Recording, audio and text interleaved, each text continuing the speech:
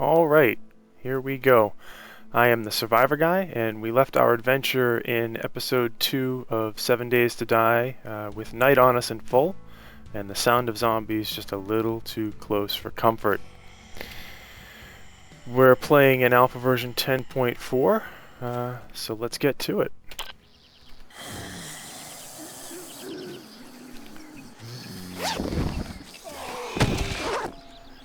And I can hear them down there, and I'm not sure they're very happy.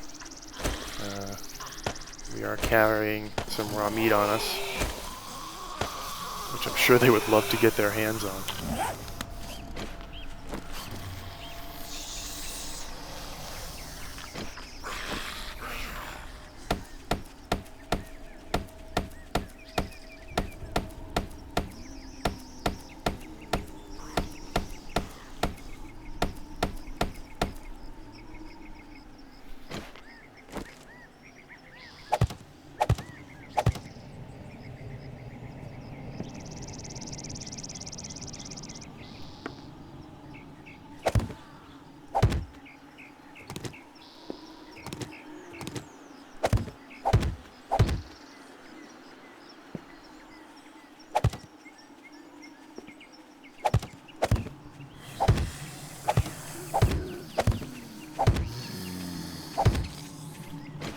Okay,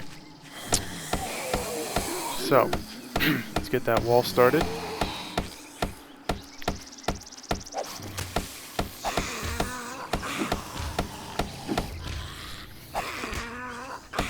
Sounds like they're banging on something down there. First order of business is going to be to get this meat in a container.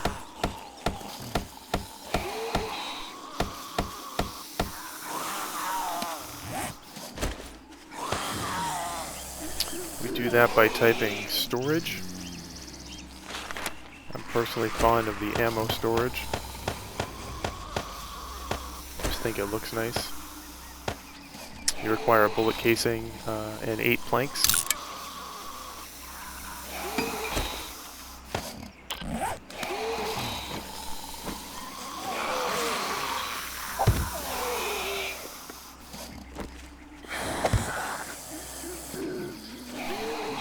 Let's go ahead and get rid of this raw meat.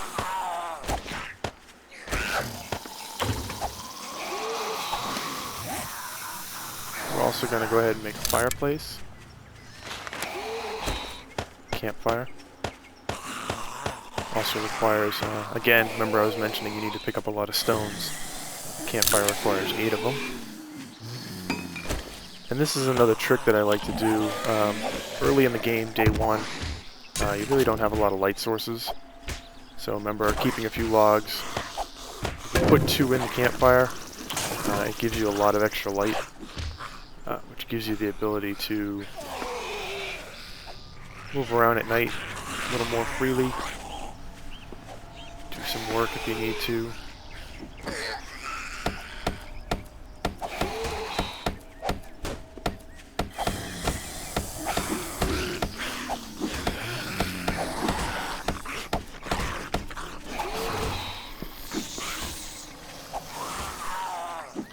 And they are definitely causing a ruckus down there.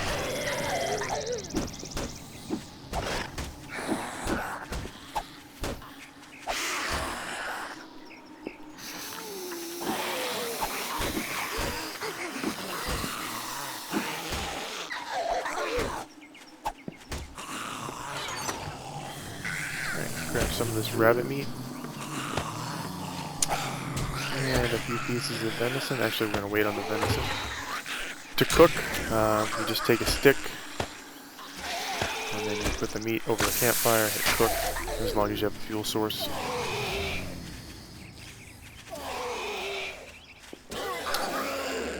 Once this finishes, we're going to go ahead and eat it. Because as you can tell by the fork symbol down here, we're really hungry. Also, you can take your boiling water, cans of murky water, put them up here to boil.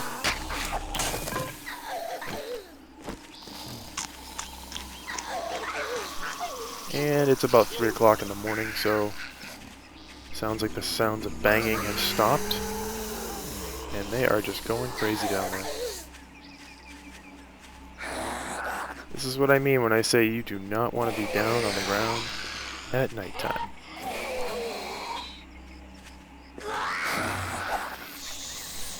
If you hit the control key on your keyboard, it puts you into a crouch, which gives you a little bit more information on what the zombies are doing.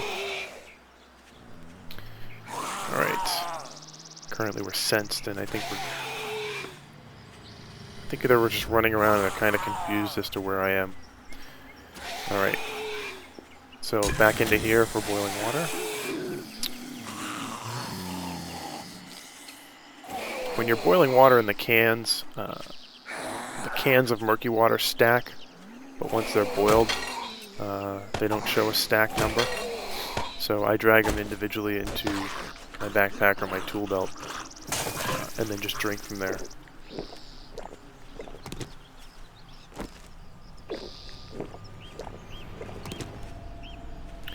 And as you can see from almost being completely dehydrated, 3 cans will get you right up to the top.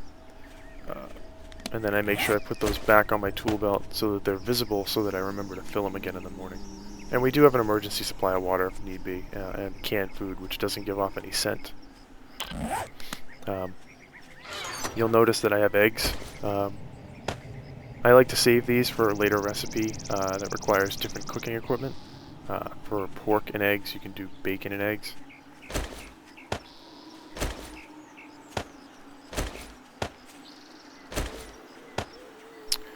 Just doing a little bit of inventory cleanup.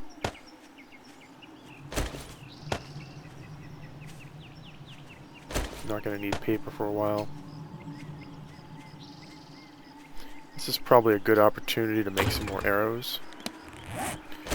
So go ahead and take, we got about 52 feathers, so 44 sticks.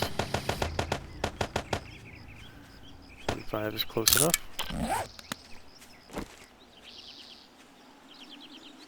And it's now about 6 o'clock in the morning. It's gotten a lot quieter. And as you see, we've survived the night. The moon is still up in the sky and beautiful.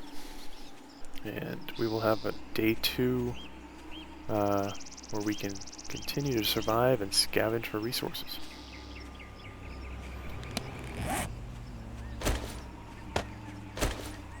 Gonna save 1 rock here for another stone axe.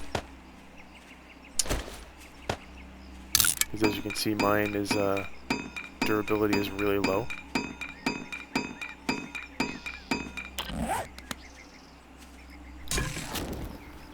And you'll probably agree with me, but the campfire lit adds a tremendous amount of comfort as daylight approaches. Oh, there's a zombie now walking around.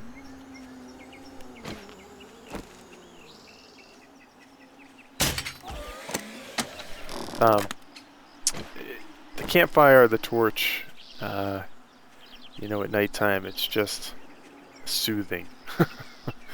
I think the game does a fantastic job of instilling that very base fear. You just really want to get up off the ground or get behind a cement wall or something if you're fortunate enough to be near a city, which, taking a quick look at our map, we haven't explored very much. We'll probably try checking out this road in either direction today. Roads are pretty good resources. There's a lot of abandoned cars. There's a lot of trash. But I like to stay really remote if possible. It's been my experience that the zombies, although visible and around, don't seem to be in quite the same numbers that they are in the cities and the more populated areas. And frankly, I just think the scenery is much nicer. Makes me feel one with nature. So I'm going to go ahead and pick my torch back up at this time. As you can see, that made a dramatic difference in the lighting. And we are going to get ready for finish making these arrows.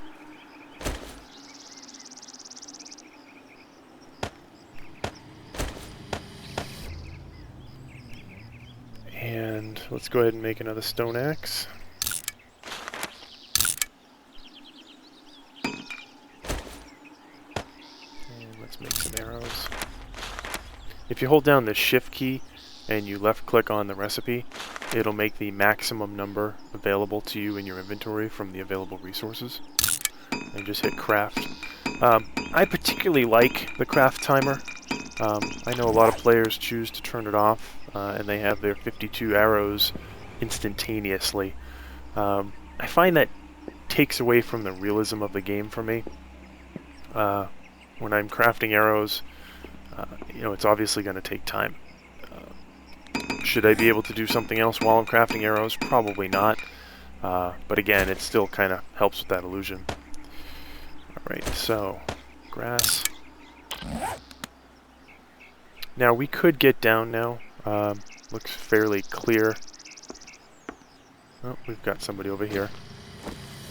This is a good opportunity to show you that when they don't know you're around, if you crouch, you do double damage. So crouching is a really nice feature of the game. First order of business is we're going to chop a bunch of more trees.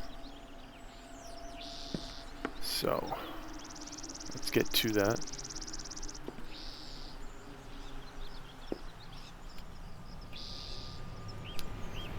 And as you can see, the zombies were definitely doing some damage. All you have to do to repair this, and even the brick is cracked, is just right click with the stone axe in your hand. And same with the brick. And I do a visual inspection. Alright, so, well, we just inadvertently showed you an upgrade because I thought that had some cracks in it. If you have planks in your inventory, you can upgrade your spikes. Alright, I don't see any cracks in this one. So, oh, there's some cracks. So, I do a visual inspection every morning, or I try to. As my bases get more elaborate, they get harder to inspect. But as you can see, we fared really well for the first night. So, I'm going to go ahead and finish upgrading these.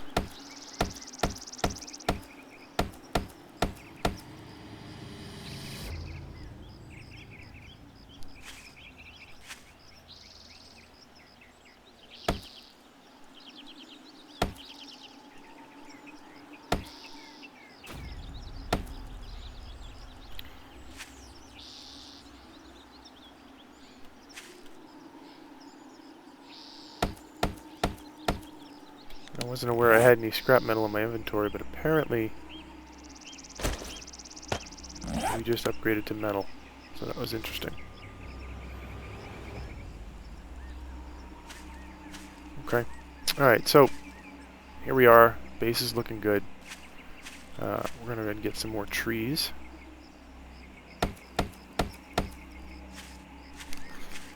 And really happy with the way this looks. So now, I don't always cut down every tree around my base.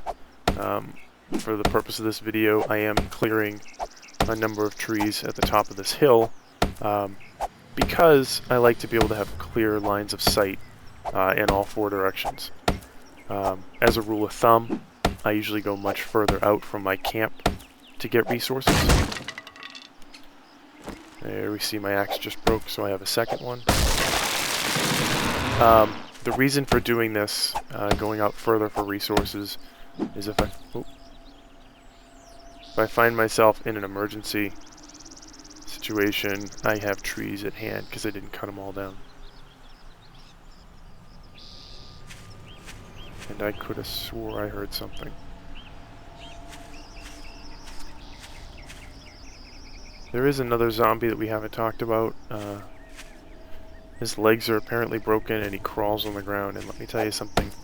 He is a tremendous pain in the butt because he's very well hidden in the grass.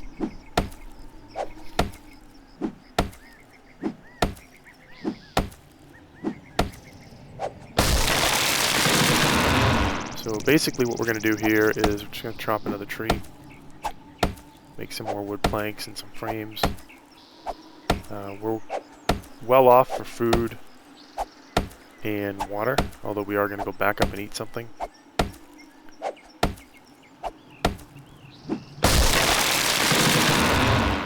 But I'd like to get the door and the walls finished on our base before we start exploring. And we will run down to the river to get some more water for the night.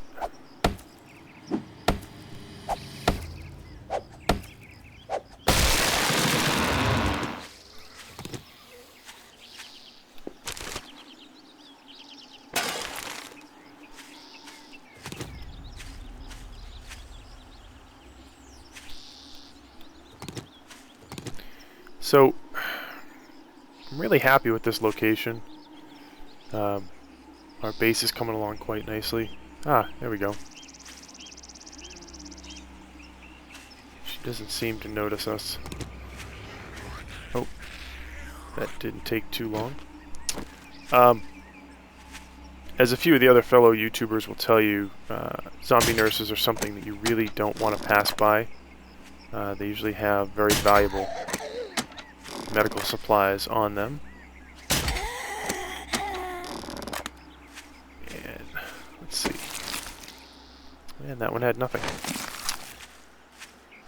Alright.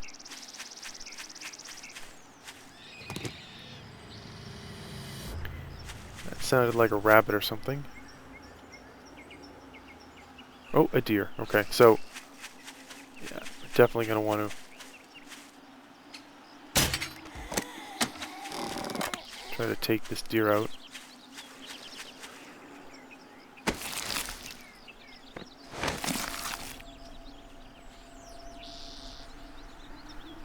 And we're going to want to keep a close eye on our surroundings as we hunt this deer. And we're up on some kind of cliff, which is going to be very nicely, and we will cover that in another episode. Careful not to break a leg. Oh, he's really being chased, isn't he? So, we'll clear out a few of these guys. And then hopefully he'll be left alone.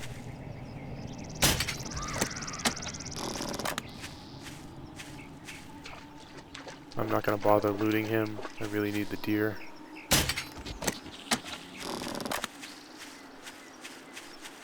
And there's a rabbit as well.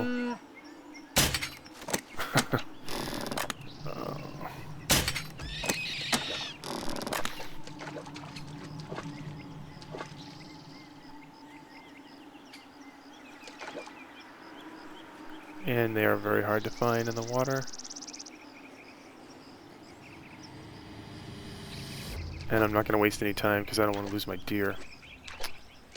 They do despawn after a certain amount of time, and you lose the chance to get the meat. We also have zombies closing in on our position. Now that we have storage, I will start collecting that animal fat that we talked about earlier.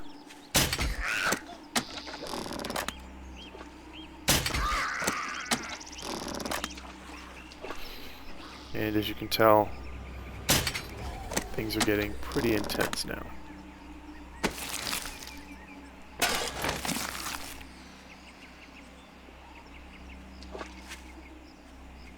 Alright, so head back this way. And our little hunting trip delayed our progress on the base, but that's okay. This is a survival game. Food and water. Speaking of which, water. Food and water are paramount. Can't stress that enough. You're obviously trying to stay alive and not be infected by zombies. But at the same time, you also need to eat and drink. And can constantly be gathering resources.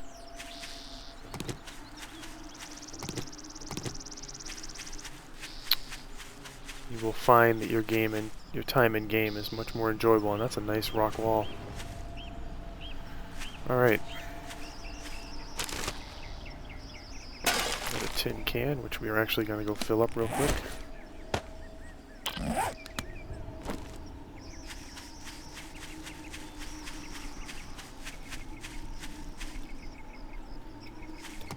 And then we'll head back to base.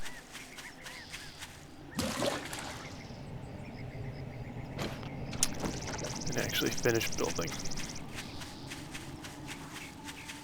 So one of the things you want to be careful of when you're out early in the game like this on day 2, and again you'll remember that I mentioned having a base up on a hill because it's easy to find. We can just follow this ridge line here and we're right back to our base. You really don't have the ability to find it easily early game unless you put down a sleeping bag. The sleeping bag acts as a bind spot and allows you to, if you, in the event that you die, allow you to come back to your base. But it also puts a little house symbol on your compass down bottom down here, which makes it easier for you to find your base as well. But again, I mean, I like having it up off on a hill like this. Just it's highlighted against the skyline, and it's easier to find. Alright, so we're going to go up here in a second. Probably not going to come back down before the end of this video because we're getting close to the end now. But I'm going to take this last tree down. We'll put some food in our storage chest. We'll eat a meal, and then episode 4 we will come back and we will work on the base. So remember I broke a ladder. We're probably not going to do that again tonight.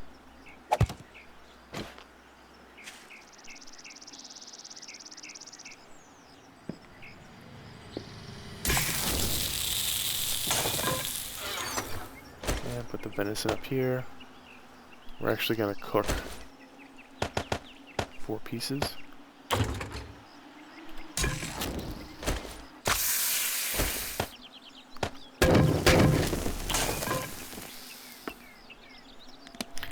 And I'm going to go ahead and make some more wood planks.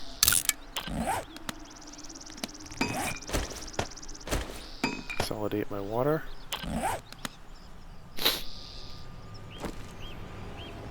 And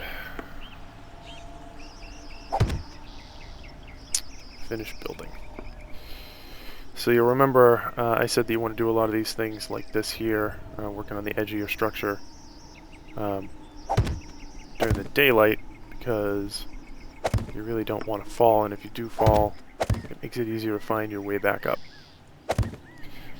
What we're doing here is we're creating what I like to call my walkway.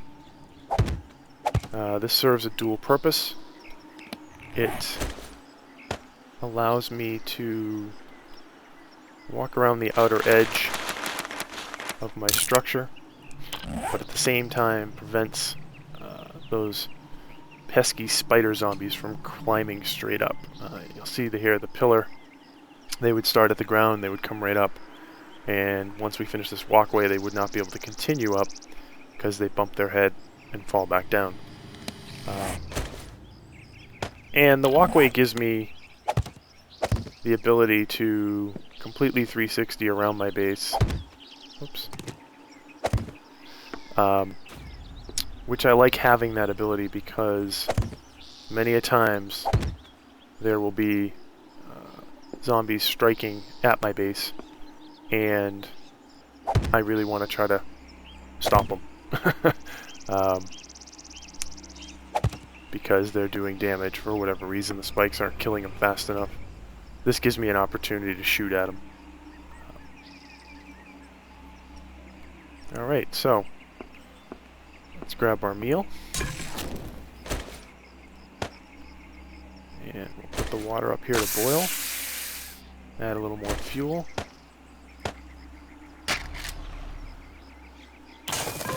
And we're going to eat this food. And then I'm going to sign off. And I hope you enjoyed episode 3. And I will see you all in episode 4. And we will definitely get more of this base finished. And then we will start scavenging for resources.